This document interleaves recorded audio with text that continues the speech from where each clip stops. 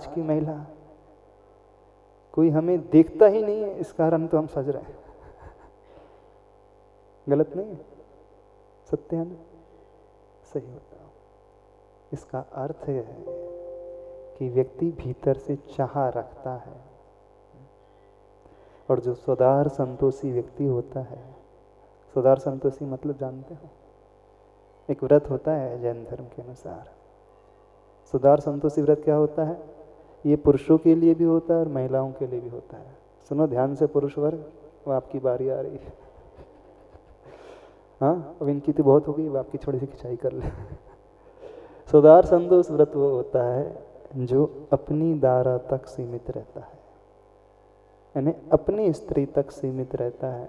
उसको छोड़ करके उसकी दृष्टि में सारी नारियां बहन, माता अथवा बेटी की भांति हो जाती हैं। और महिलाओं के लिए भी ये व्रत आता है, अपने पति को छोड़ करके सारे पुरुष बेटा, पिता अथवा भाई की भांति हो जाते हैं। तो आप, अब कहना नहीं चाहिए लेकिन क्या करें, हम कह ही देते हैं। क्या घर की नारियां अपने पिता के समक्ष श्रृंगार करके जाती हैं? हाँ, क्या अपने भाई के समक्ष श्रृंगार की आवश्यकता पड़ती है उन्हें? क्या अपने बेटे के समक्ष आवश्यकता पड़ती है?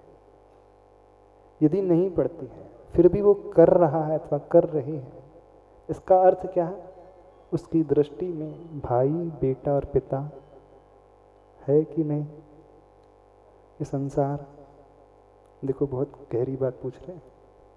अब आप कहोगे नहीं महाराज, वो हैबिट पड़ चुकी है कि स्टेटस होता है समाज का, उसके अनुसार थोड़ा सा स्टैंडर्ड मेंटेन करना पड़ता है, जिन लोगों के साथ उठते हैं बैठते हैं, वो अलग चीज़ है। अब हम दूसरी चीज़ पूछ रहे हैं, बहुत गहरी बात पूछ रहे हैं।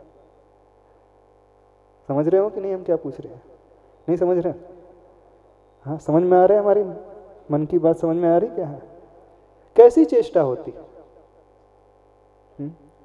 कैसी चेष्टा होती है आप लोगों की? यानी कहीं ना कहीं व्यक्ति भीतर से वह दोष को करने वाला होता है, क्योंकि हमारे यहाँ मन से, वचन से और काय से, तीनों से ही जब धर्म भी होता है तो कर्म भी तीनों से होता है। तीनों के योग मिलकर के, तीनों की एकता से, तीनों की एकाग्रता से, या यूँ कहें तीनों में जब अच्छाइयाँ आती हैं तब व्यक्ति धर्म के क्षेत्र में आगे बढ़ता है। और जब तीनों में यदि स्खलन हो जाता है तो वह संसार के क्षेत्र में आगे बढ़ता है। अब मन की बात पकड़ में तो आती नहीं, मन की बात वो व्यक्ति स्वयं जाने, लेकिन भले ही मन की बात पकड़ में नहीं आती है, लेकिन उसके उठने बैठने के तरीके को देख कर के, पहनने ओढ़ने के तरीके को देख कर के बहुत कुछ जजमेंट तो हो ही जाता है, नहीं हो जाता? हाँ, क्या होना चाहिए? वो हमें देख ना ले इस कारण वो छुप करके जा रही है, और दुनिया वाले हमें देख लें इस कारण हम ऐसे ड्रेस पहन करके उघाड़ करके जा रहे हैं। आज संसार कैसा है? वो देख ना ले इस कारण वो वैसा है, और दुनिया वाले देख ले इस कारण ऐसा है। ऐसा ही नहीं है? हाँ, कैसा है? महाराज जी क्या करें, समय के अनुसार चलना चाहिए। आप कौन से जमाने की बात को लेकर के बैठ गए? वो सीता के जमाने के, मंदोदरी के जमाने की बातों को लेकर के बैठ गए, चौथे काल की बातों को लेकर के बैठ गए। आज तो पुरुष से कंधा मिला करके चलने की बात है ना? नहीं है बात? हम क्या कम है? वो ड्रिंक करता तो हम भी ड्रिंक करते हैं, वो स्मोक करता तो हम भी स्मोक करते हैं, वो उस वैसे ड्रेस रहे तो हम भी उसी ड्रेस में, उसके हाथ में मोबाइल तो हमारे हाथ में भी, वो पब जाता है तो हम भी जाते, वो हुक्का बार जाता तो हम भी जाते। ठीक है कि नहीं? क्यों? पंचम काल की बलियारी ऐसी है ना? कैसी है? ऐसी नहीं है? नहीं है? बोले महाराज जी हमने, कुछ लोग बोल रहे महाराज जी हमने नाम ही नहीं सुना जो आप बता रहे हैं। हम दिल्ली में बैठे हैं, किसी गांव में थोड़ी बैठे हैं। हाँ, मेट्रो है, राजधानी है, और यहाँ का कल्चर दिख करके समझ में तो आता है? नहीं समझ में आता है। और आप लोग जहाँ यहाँ जन्मे हो, बड़े हो, तो आप तो हमसे ज़्यादा जानते हो। नहीं जानते हमसे ज़्यादा? जिस जगह पले हो, बड़े हो, दुनिया को देखा है, तो कैसा है? यदि हमारा विश्लेषण गलत है तो हमें बतला दो, गलत तो नहीं है, तो क्या करना है? हमारा जी आपने बहुत अच्छा विश्लेषण किया, ठीक है, अब करना क्या है तो बताओ। हाँ, क्या करना है? समझदार हो, जो भी हो, जानते हो क्या करना है। क्या करना है? बस इतना ही करना है जिसके माध्यम से हमारे व्रतों में दोष ना लगे, हमारे धर्म में दोष ना लगे, हमारे आचरण में दोष ना लगे, उस प्रकार की चर्या को अपनाना है। बहुत सिंपल, ज़्यादा कुछ नहीं कह रहे। अब वो निर्णय आपको करना है किसके माध्यम से आपके मन में दोष आ जाता है, किसके माध्यम से आपके वचनों में दोष आ जाता है, प्रवृत्ति में दोष आ जाता है। हर व्यक्ति बहुत समझदार है। चोर जब चोरी करने जाता है तो उसका मन जानता है मैं गलत कर रहा हूँ। बड़े से बड़ा गलत व्यक्ति, आतंकवादी भी जब आतंकवाद की घटना करता है ना, तो भी वो उसका मन जानता है कि नहीं ये ठीक नहीं है। नहीं, कोई व्यक्ति कितना भी गलत से गलत काम क्यों ना करे, मन का एक कोना अवश्य कहता है उसका ये ठीक नहीं।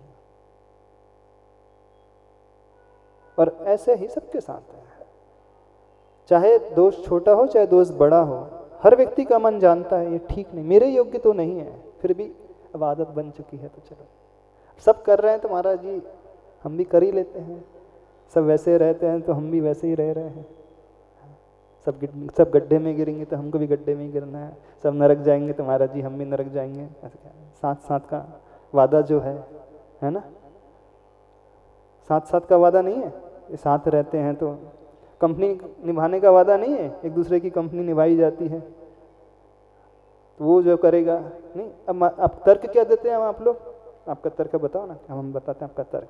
हमारे ये सारे लोग तो कर रहे हैं, हाँ प्राय यही लोग करते थे, फिर हम लोग भी कर दिया था, क्या बना? अब सारे लोग गड्ढे में गिरेंगे तो आप भी गड्ढे में गिरोगे। हमारा जी क्या करें, भेड़ चाल जो है, पहली वाली भेड़ गड्ढे में गिरी तो हमें भी गड्ढे में गिरना ही है, ऐसे है ना, गड्ढे में गिरना है। छोटे वाले गड्ढे में कि नरक वाले बड़े वाले गड्ढे में? कौन से गड्ढे में, कौन से गड्ढे में गिरना है? चलो आगे निर्णय आपको करना, छोटा गड्ढा चुनना है, बड़ा गड्ढा चुनना है, कि नहीं गिरना है कि ऊपर उठना है। कहाँ गिरना है? छोटे वाले में, बड़े वाले में गिरना नहीं कहने से नहीं होता, हम ये कह रहे हैं, मात्र कहने से हो गया होता तो क्या क्या नहीं हो गया होता। हाँ, यदि जैसे हम चाहते हैं उस योग्य अपने आप को बनाएंगे तब कहीं हो पाएगा। चलो आगे अपन चलते हैं। मंद मंद सुगंध पवन बह रहा है, बहना ही जीवन है, बहता बहता कह रहा है। प्रकृति का वर्णन चल रहा है। मंद मंद सुगंध पवन बह रहा है, बहना ही जीवन है, और रुकना सो मृत्यु है ना। श्वासों का चलना ही जीवन है, श्वासों का रुकना ही मरण है।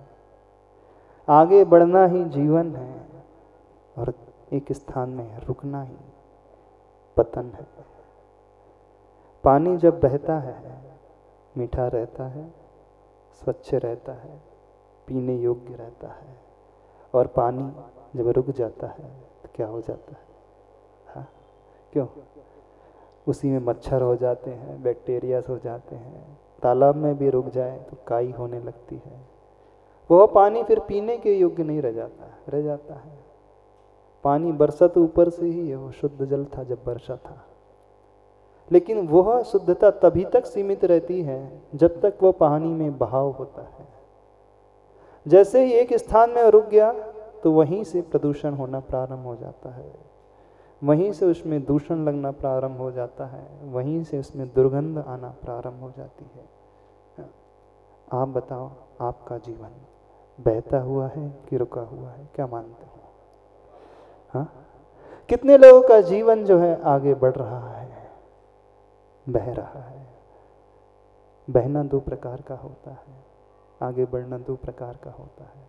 हाँ, एक अच्छाई को लेकर के भी आगे बढ़ना होता है, और एक बुराई को लेकर के भी आगे बढ़ना होता है। दोनों में ठहराव नहीं होता है ना, दोनों में ठहराव नहीं है, परिवर्तन दोनों में चल रहा है, और परिवर्तन संसार का नियम है। यदि वह रुक जाए तो संसार ही रुक जाए, परिवर्तन ना हो तो हम छोटे से बड़े नहीं हो पाएंगे, बड़े से वृद्ध नहीं हो पाएंगे। बालक आपका हमेशा बालक रहेगा, छोटा ही रहेगा। पर हर माँ चाहती है कि बच्चा जल्दी से बड़ा हो जाए, है ना? नहीं चाहती जल्दी से बड़ा हो जाए, कब तक छोटा रहेगा? तो हर समय वह बढ़ता ही रहता है। तो बढ़ना या परिवर्तन दो प्रकार का होता है, एक अच्छाई को लेकर के परिवर्तन होता है और एक बुराई को लेकर के परिवर्तन होता है। ये तो हम भी मानते हैं कि कोई कूटस्थ नित्य नहीं है, कोई रुका हुआ नहीं है, हर व्यक्ति बह रहा है। अब आप ये बताइए, आप अच्छाई को लेकर के परिवर्तित हो रहे हैं कि बुराई को लेकर के परिवर्तित हो रहे हैं? क्यों? बतलाइए, आपकी जिंदगी में क्या आ रहा है? अच्छाइयाँ बढ़ रही हैं कि कमियाँ बढ़ रही हैं? कल आप जैसे थे, क्या आज भी आप वैसे हैं? बिल्कुल वैसे नहीं है। हाँ, कल बाल छोटे थे, आज बाल और बढ़ गए, तभी तो 2 महीने में बहुत बड़े होते, कटने लायक होते, है ना? यदि एक दिन में परिवर्तन नहीं आए तो साल भर में भी परिवर्तन नहीं आ सकता। ऐसा नहीं होता कि ऑल ऑफ सडन 1 साल में व्यक्ति बढ़ता है अथवा 2 महीने में बढ़ता है। महीने छोड़ दो, हमारे नाखून हैं उंगली के, वो भी प्रति क्षण बढ़ते हैं। हाँ, ये बात अलग है कि देखने में नहीं आ पाता है कि प्रति क्षण बढ़ रहे हैं। कुछ दिनों के पश्चात ये महसूस होता है नाखून बढ़ गए, कुछ दिनों के बाद पश्चात महसूस होता है कि बाल बढ़ गए। ये हमारी आंखों का विषय नहीं बनता है, पर वो तो बह ही रहा है, परिवर्तन तो हो ही रहा है, बढ़ तो रही है। आप बताओ, आप जहां कल थे क्या आज भी वहीं हैं? कितने लोग बदल चुके हैं कल से आज, पिछले वर्ष से इस वर्ष तक, 10 वर्ष से इस वर्ष तक, जिंदगी की शुरुआत से अभी तक? हाँ, कितने लोग बदल चुके हैं? महाराज जी कल भी उसी क्लास में थे, आज भी इसी क्लास में हैं। कल भी जमीन में बैठते थे, आज भी जमीन में बैठे हैं। कल भी चतुर्थ गुण स्थानवर्ती थे, आज भी चौथे गुण स्थानवर्ती हैं। कल भी सब अभक्ष का सेवन करते थे, आज भी कर रहे हैं। कल भी गाली देते थे, आज भी दे रहे हैं। कहाँ बदलाव आ रहा है? कल भी वही गुस्सा करते थे, आज भी गुस्सा कर रहे हैं। हाँ, बस उसकी मात्रा बढ़ गई है, पहले कम आता था अब ज़्यादा। ऐसा तो नहीं? क्यों? सही सही बताओ, क्या परिवर्तन आया है? परिवर्तन तो आया है, तो हम नहीं देख रहे हैं। कितना परिवर्तन? एक ग्राफ जो है अपर साइड भी बढ़ता है और एक ग्राफ जो है लोअर साइड भी बढ़ता है। तो आपका ग्राफ, जिंदगी का ग्राफ किस साइड है? ऊंचाइयों को है छूने वाला कि नीचाइयों को छूने वाला है? हम ये पूछ रहे हैं बस। यदि नीचाई को नहीं छू रहा है तब तो समझना कुछ पाया है, और ऊंचाइयों को छू रहा है तो समझना कुछ और अधिक पाया है। हाँ, कैसे बह रहे हो आप लोग? बताओ। नीचे की ओर, वो बोलते हैं महाराज जी नीचे की ओर। देखो, उसने सत्य कह दिया। आप लोग भले ही मुख में कहोगे कि हमारा ग्राफ जो है ऊंचाई की ओर है, अपर साइड की ओर है, पर लगता नहीं। हमें तो लगता नहीं है, लगता है आपको? यदि होता तो वह परिवर्तन बाहर भी तो झलकता। कुछ दिनों में नाखून नहीं दिख रहे, बाल नहीं दिख रहे हैं, लेकिन 3 महीने में तो दिखते हैं कि नहीं? कुछ दिनों में भले ही आपका स्वभाव नहीं बदले, लेकिन 3 साल बाद तो बदलना चाहिए कि नहीं? 4 महीने में तो बदलेगा कि नहीं? इतने दिनों में बदलेगा कि नहीं बदलेगा? 4 महीने तो हो गए, हमें हो गए देखते देखते। हाँ, कुछ चेहरों को हम 4 महीने से देख रहे हैं, कुछ 2 महीने से देख रहे हैं, कुछ दिनों से देख रहे हैं। क्या है? जो भी हो, स्वयं विचारो, अपन आगे चलो। बहता बहता कह रहा है, लो यह संधि काल है ना, महक उठी सुगंधी है छोर छोर तक चारों ओर। मेरे लिए इससे बढ़कर श्रेयसी कौन सी हो सकती है संधि वह। संधि काल का मतलब जानते हो? संधि काल का मतलब होता है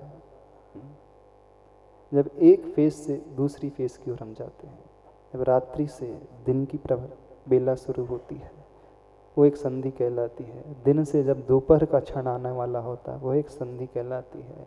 दोपहर से जब शाम का काल आता है, वो एक संधि कहलाती है। और शाम से जब रात्रि का काल आता है, वह एक संधि कहलाती है। संधि काल है ना, संधि काल में क्या? महक उठी सुगंधी है छोर छोर तक चारों ओर।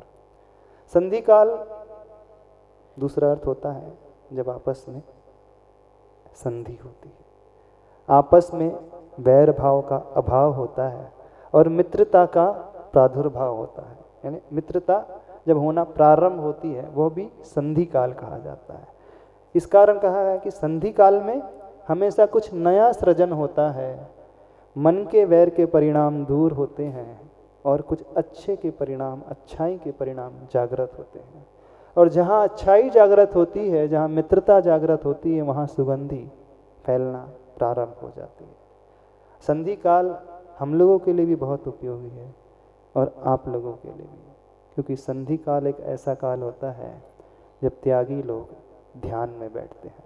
सामायिक काल जो होता है ना, सामायिक का काल संधि काल माना जाता है। उस समय व्यक्ति ऊपर की ओर यात्रा करता है, उस समय उसके जो है दुर्गुण छूटते हैं और उसमें सद्गुणों की उत्पत्ति होती है, उसके अच्छे भाव जागृत होते हैं, तो वह सुगंधि की भांति होते हैं।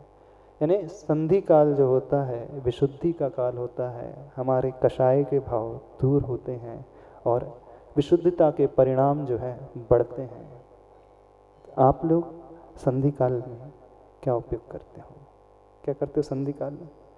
महाराज जी कभी ध्यान ही नहीं दिया संधि काल भी कुछ होता है। हाँ, देखो संधि काल एक ऐसा काल होता है, उस समय यदि व्यक्ति सिद्धि करने के लिए बैठेगा तो बहुत जल्दी सिद्धि हो जाती है। उस समय यदि आप सामायिक करने बैठोगे, माला फिरने बैठोगे, ध्यान करने बैठोगे, स्वतः ही आपका मन लगने लगेगा। ठीक है, आगे और बता रहा है उसमें, मेरे लिए इससे बढ़कर श्रेयसी कौन सी हो सकती है संधि। वह न निशाकर है न निशा, न दिवाकर है न दिवा, अभी दिशाएं भी अंधी हैं, पर की नासा तक इस गोपनीय वार्ता की गंध जा नहीं सकती। ऐसे स्थिति में उनके मन में कैसे जाग सकती है दुरभि संधि वह। ये उस संधि काल की बात चल रही है जब रात अंत को प्राप्त हो रही है और दिन निकलने को है। उस समय न निशाकर है, निशाकर का अर्थ होता है चंद्रमा, जो रात्रि को करे, निशा को करे सो निशाकर। न निशाकर है यानी न चंद्रमा है, न ही निशा है यानी रात्रि भी नहीं है, न दिवाकर है न दिवा यानी उस समय सूर्य भी नहीं दिख रहा है और पूरी तरीके से दिन भी नहीं निकला है। अभी दिशाएं भी अंधी हैं, यानी अभी हम ये निर्णय नहीं कर सकते कि कौन सी दिशा पूर्व है, कौन सी दिशा उत्तर है, दक्षिण है, पश्चिम है। पूर्व दिशा का निर्णय तो तब होता है जहाँ हमें सूर्य दिख जाता है। एक नई जगह पर यदि हम जाकर के देखें तो हम इसका निर्णय नहीं कर पाएंगे दिशाएं कौन सी हैं। पर की नासा तक इस गोपनीय वार्ता की गंध जा नहीं सकती। ऐसी स्थिति में उसके मन में कैसे जाग सकती है दुरभि संधि वह। यानी वह काल एक ऐसा काल होता है जब व्यक्ति ध्यान करता है, सामायिक करता है, तो वह सिर्फ अपने तक डूब जाता है। वह काल जो है उस समय संसार के सारे कार्य गौण हो जाना चाहिए, जो संसार को बढ़ाने वाले कार्य हैं। उस समय सिर्फ रमण होना चाहिए अपनी आत्मा में, उस योग में, उन भगवान में, उनकी भक्ति में। जब ऐसा काल होता है तो उस समय दुरभि संधि जाग नहीं सकती, अर्थात वह दुष्ट भाव वाली संधि, वो विचार जाग नहीं सकते। क्यों? क्योंकि उस समय का वातावरण ही ऐसा होता है, चारों तरफ का माहौल ही ऐसा होता है कि सब तरह सात्विकता नजर आती है,